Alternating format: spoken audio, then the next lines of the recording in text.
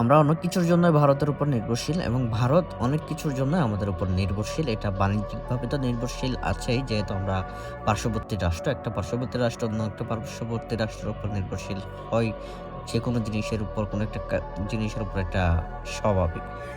তারও বাইরে ভারত সবসময় কেন চায় আমাদেরকে তাদের পাশে রাখতে? ভারত কেন চায় আমাদের বাংলাদেশে এমন একটা সরকার থাকুক যেটা ভারতের সাথে সুসম্পর্ক রাখবে, ভারতের কথা মতো চলবে, এমন একটা সরকার কেন চায়? তার বিশেষ একটা কারণ হলো যে, অনেকগুলো কারণের মধ্যে বিশেষ একটা কারণ হলো যে, এই যে সেভেন সিস্টার্সে আপনার একটু যদি ম্যাপটা যদি লক্ষ্য করেন, এই যে ভারতের সাথে এই সেভেন সিস্টার্সের যোগাযোগের জন্য একমাত্র মাধ্যম, অনলি ওয়ান, একমাত্র মাধ্যম হলো যে এই যে এই পথটা যদি আপনি খেয়াল করেন, খুবই সরু।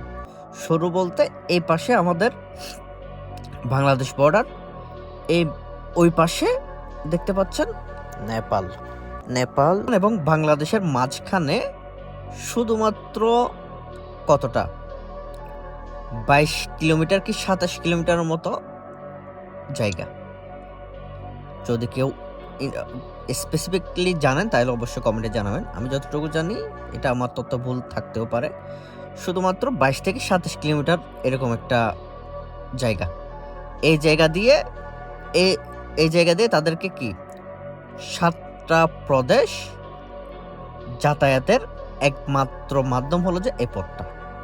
অরুণাচল, মিজোরাম, ত্রিপুরা, মণিপুর, নাগাল্যান্ড, আসাম, এই রাজ্যগুলোতে যাওয়ার জন্য একমাত্র পথ হলো যে ওইটা।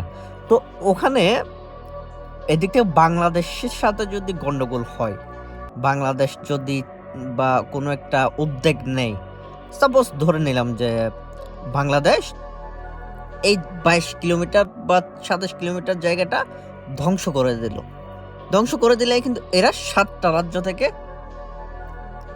বিচ্ছিন্ন হয়ে যাচ্ছে। বা ভুটান ওই পাশ থেকে এসে এ পথটা বন্ধ করে দিল, তাহলে তারা 7টা রাজ্য থেকে বিচ্ছিন্ন। যার কারণে বাংলাদেশকে ভারত সব সময় চায় তাদের হাতের মুঠোয় রাখতে। বাংলাদেশের সরকারের গদিতে এমন একজন সরকার থাকুক যে কিনা সব সময় ভারতের তোষামোদী করবে, ভারতকে চোখ রাঙাবে না, যাতে করে তাদের এই সেভেন সিস্টার্স শান্ত থাকে, তাদের এই সেভেন সিস্টার্সের সাথে ভালো একটা সুসম্পর্ক থাকে।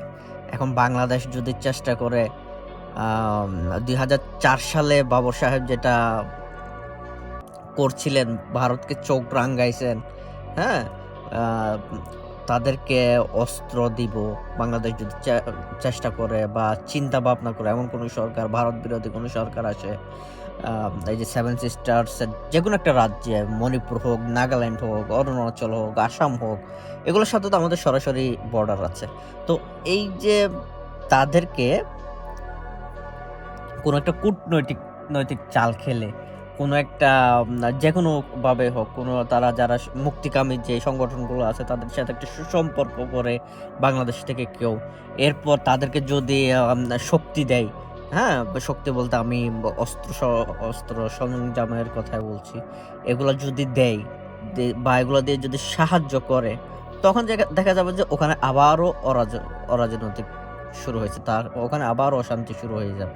তো ওখানে অশান্তি শুরু হয়ে যাওয়ার পর তারা যদি বাংলাদেশ যদি এগিয়ে গিয়ে এই যে এই পথটা, এই পাশের পথটা নেত্রকোনা জেলার পর বাংলাবান্ধার পরে যে বর্ডার ওই বর্ডার থেকে শুরু নেপাল পর্যন্ত সোজাসুজি 22 থেকে 27 কিলোমিটার, এই 22 থেকে 27 কিলোমিটার জায়গাটা যদি কেউ বন্ধ করে দেয়, এদিক থেকে ভারত থেকে কেউ যোগাযোগ করতে পারবে না, ভারত থেকে কেউ ঢুকতে পারবে না, তখন গিয়ে তাদের হাত থেকে এই 7টা রাজ্য বিচ্ছিন্ন হয়ে যাবে।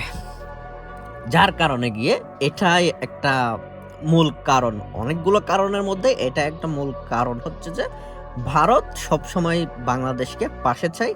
ভারত সব সময় চায় যে বাংলাদেশের গদিতে বাংলাদেশের সরকারে এমন একটা দল থাকুক যে দলটা ভারতের তোষামোদী করে চলবে, ভারতের কথাই চলবে, ভারত অনুসরণ করবে।